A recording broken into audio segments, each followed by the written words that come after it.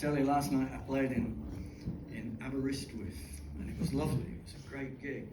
I just got to the end of the first song, and you know those cluster flies that get in the houses this time of year?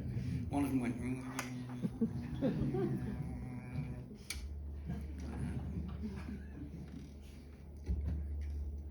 did that, and people were laughing, and I just saw this fly kind of go bonk. So I did the second song, and then I said, "Good evening, Abergavenny." I had to blame it on the fly. I was worried about the fly. So that first song, that's an Easter carol, which I first heard from Norma Waterson in about 1966, and I just keep remembering it and having to sing it or play it, so I'm about to record it for the third time. Well, I have recorded it for the third time. Second song, I've been trying to write a song for actually several years now about one particular aspect of the behaviour of what we laughingly refer to as a government in this country. And that is their constant attempts to dehumanise and to divide us. It's the dirtiest, nastiest, most low, scummy behaviour I can think of. And the people that they're getting in just get more and more insistent on it. So you've got Suella Braverman now, they're likely to make her the Prime Minister because they think they can do what the fuck they like, you know. And I don't have any strong opinions about this.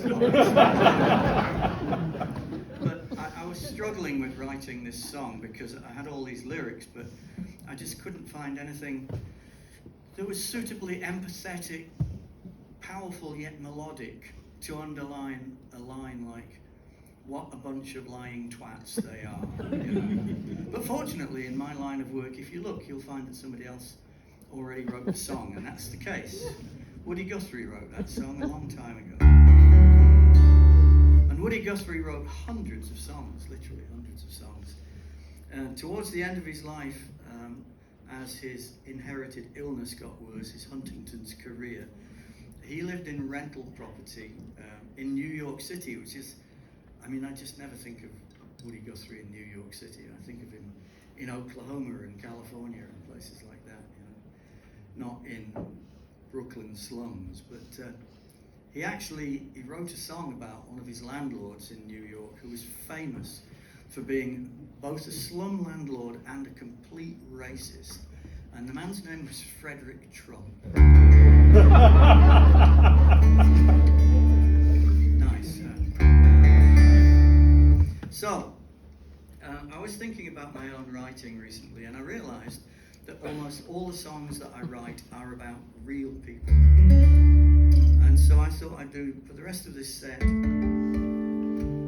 I'll do you some songs about real people. But I'll start with this one because it introduces the next song nicely, in a sense. I started to write this on April the 11th in 2014, walking on the beach in Slapton in Devon.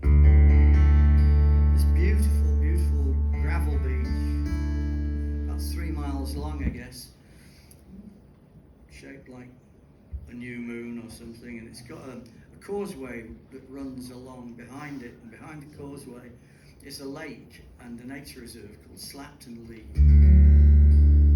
And I was thinking about the history of the place, which was grim, and at the same time I was listening to a Chetty's warbler singing its head off in the woodland over there. And as I walked along, and it was a beautiful spring day, all of a sudden from over the channel came my first swallow of spring, and I just went, okay,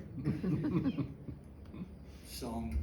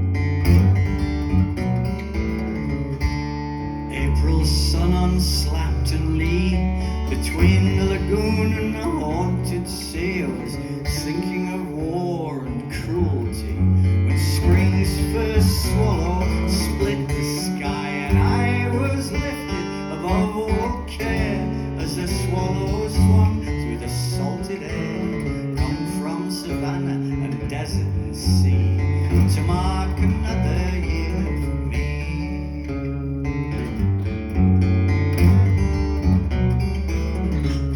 Sailor's tattoo like a prayer on my arm to bring me home and safe from harm. Though rocks may melt, seas may burn, dark, swift and bright swallow shall always return. Bright swallow, sweet spirit of stockyard and barn, you lighten our days with all of your charms.